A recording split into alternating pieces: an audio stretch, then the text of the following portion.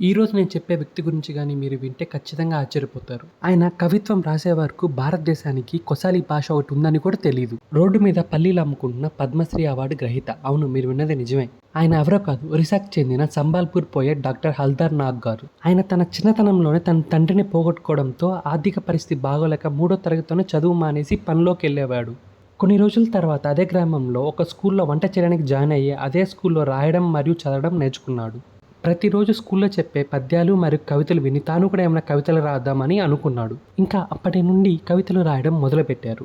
హల్దర్ గారు రాసిన కవితలని ఒక బుక్ రూపంలో ప్రచురించారు. ఆ తర్వాత ఆ బుక్ చాలా ఫేమస్ అయిపోయింది. హల్దర్ గారు ఎక్కువగా nature, mythology, social issues and religions topic మీద ఎక్కువ కవితలు రాసేవారు. సాహిత్య రంగంలో ఆయన చేసిన కృషికి గాను భారత ప్రభుత్వం 2016లో పద్మశ్రీతో సత్కరించింది. ఎంతో పేరు ప్రతిష్టలు ఉన్న రోడ్ సైడ్లో పల్లీలు అమ్ముకుంటూ ఒక సాధారణమైన జీవితం గడుపుతున్నారు హల్దర్ నాగ్ గారు.